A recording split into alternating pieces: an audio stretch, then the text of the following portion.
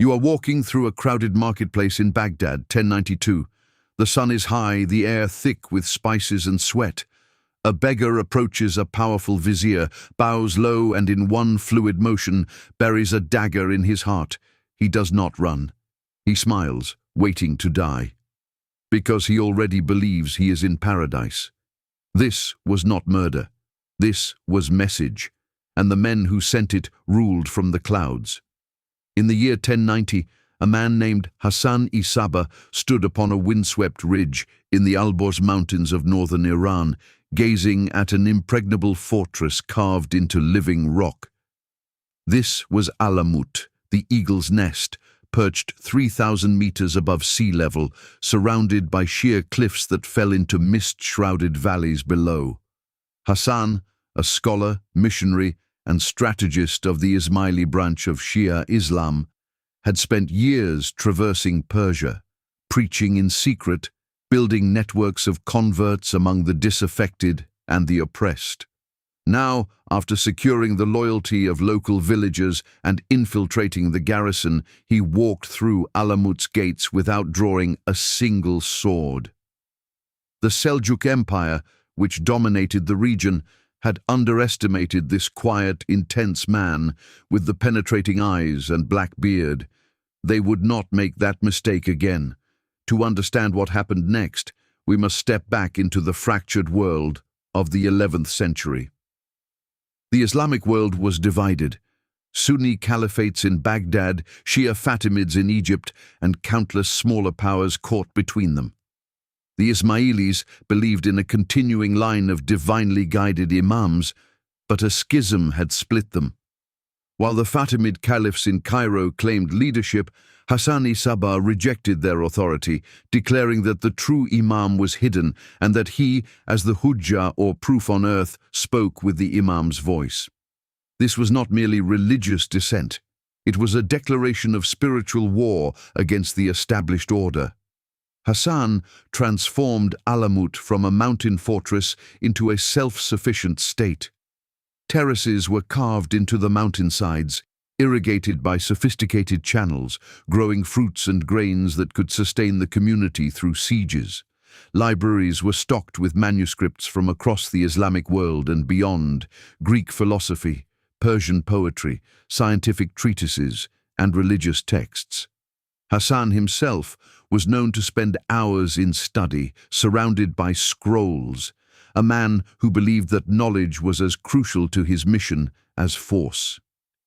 He established a network of similar fortresses across Persia and Syria, creating what historians would later call a state within a state, connected by secret messengers who traveled disguised as merchants, Sufis, or peasants.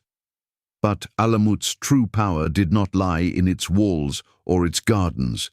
It lay in the men Hassan trained, the Fidayun, those who sacrificed themselves. These were not mercenaries driven by gold. They were young men selected for their intelligence, physical fitness, and absolute devotion, drawn from villages across the region, separated from their families, and immersed in a world of rigorous education and spiritual conditioning. They were taught that death in service of the Imam was not an end, but a doorway to paradise, a concept that transformed human fear into a weapon more powerful than any blade. The training was comprehensive: languages, disguise, stealth, the study of human psychology, the art of waiting with infinite patience for the perfect moment to strike. European travelers, most famously Marco Polo, would later bring back tales of a strange garden within Alamut's walls, a hidden valley where streams flowed with wine and milk, where beautiful servants attended to every desire, where hashish was administered to young recruits to convince them they had glimpsed paradise. Modern historians view these accounts with skepticism, recognizing them as propaganda or misunderstanding, yet the stories reveal something true. The Fidayun believed in a reward so magnificent that earthly life lost its grip on them. Whether through theological instruction, psychological conditioning, or the power of absolute community, Hassan created followers who could not be bought, threatened, or deterred.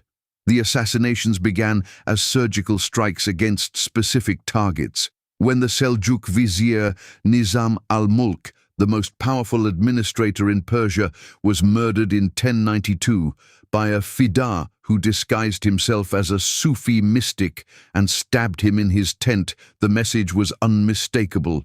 No fortress, no army, no bodyguard could protect an enemy of the Ismailis. The assassin did not flee. He stood waiting to be killed, a smile on his face, embodying the terrifying certainty that made the Ismailis feared across the Islamic world. Similar fates befell caliphs, governors, generals, and religious leaders who opposed the movement. Each killing was public, symbolic, designed to demonstrate that the hand of the old man of the mountain, as Hassan came to be known in European sources, could reach anyone, anywhere. In Syria, the movement found its second great leader, Rashid al-Din Sinan, known to his followers as the Sheikh al-Jabal, the Elder of the Mountain. Operating from the fortress of Masyaf, overlooking the Mediterranean coast, Sinan expanded the network of Ismaili strongholds and confronted not only Muslim powers but the Crusader states that had established themselves along the Levantine coast. His relationship with the Crusaders was complex, sometimes cooperative, sometimes hostile. Legends tell of Saladin waking to find a dagger driven into the sand beside his bed, a warning from the assassins that even he, the great unifier of Egypt and Syria, was not beyond their reach. Whether this particular story is historical fact or later embellishment, it captures the psychological warfare that became the Ismailis' signature. They did not need to kill every enemy. They needed every enemy to believe they could be killed. The word assassin itself reveals how the Ismailis were perceived and misunderstood. Medieval Europeans, hearing Arabic terms and struggling to comprehend a movement that operated outside familiar categories of state and religion, latched onto the name. Some scholars suggest it derived from hashishin, hashish users, a slur applied by enemies to discredit the fidayun as drug-addled fanatics rather than ideologically committed warriors. Others trace it to assassin, meaning fundamentalists, or those who follow the foundation. Whatever its origin, the word entered European languages and literature, evolving from a specific reference to a general term for any stealthy killer, forever linking the historical Ismailis with the concept of political murder. The 13th century brought an enemy the assassins could not outlast. The Mongol Empire, expanding westward under Hulagu Khan, represented a scale of destruction unprecedented in the region. In 1256, after refusing demands for submission, Alamut and the surrounding Ismaili fortresses faced the full fury of the Mongol war machine. Hulagu's armies, with their Chinese siege engineers and overwhelming numbers, systematically reduced the mountain strongholds. Alamut itself, after a brief resistance, surrendered. The libraries that Hassan had so carefully assembled were burned. The gardens were destroyed. The inhabitants were massacred or scattered.